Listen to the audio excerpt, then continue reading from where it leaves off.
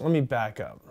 Let me back up to the late 70s. I started going out to a place called Lake Marina. There was this guy out there named Lex Valasakos, who his dad owned the property, and he would take a pick and an axe and shovel and dig these trails. And so we had a track that was unbelievable. The dirt was like early Mammoth, and it was a great place to ride. The track became really well known, and great riders started riding out there. So we would go out there all the time. And then also he had an 8mm camera.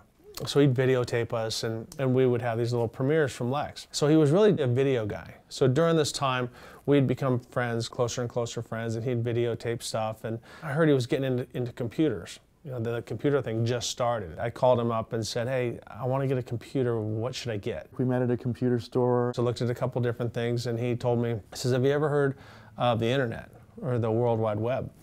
I said, no. And he said, well, I got the domain name supercross.com.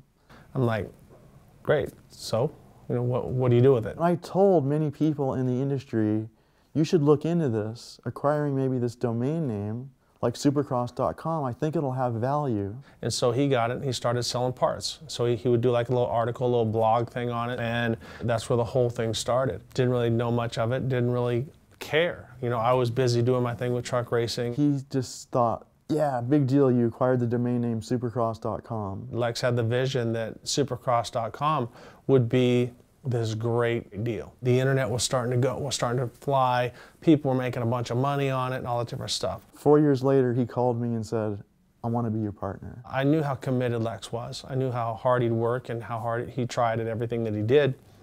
I said, well, why don't I come in and be a partner with you? And that way it gives you some validity towards racers, you know. It's not only viewed by racers, but owned by racers. So we felt that it would be a good mix. What we did at that time is I had a corporation that I took all my winnings that I raced over in Europe and invested it into supercross.com. I got a call at midnight on 4th of July from Rick.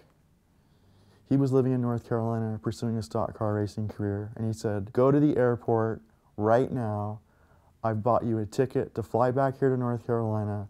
I want to be your partner in supercross.com. And I'm talking to him on the phone, and I'm going, you're crazy.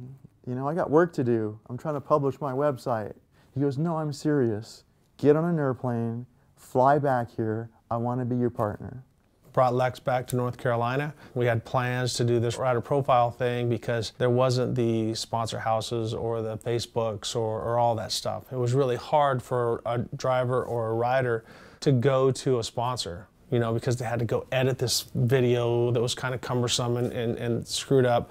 We thought we could make this kind of cool. We thought, with Rick being a 7-time champion in Supercross and motocross, this would be easy. It'd be easy to sell advertising. It'd be easy to develop e-commerce, and we really thought it would be easy.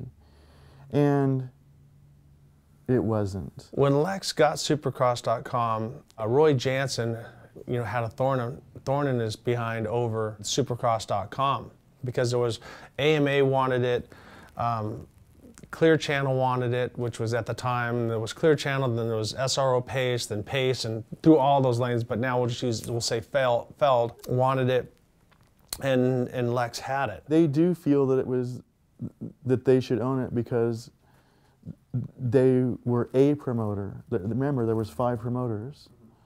They were the ones that were pursuing me the most. There was this 3-way fight of what's going on.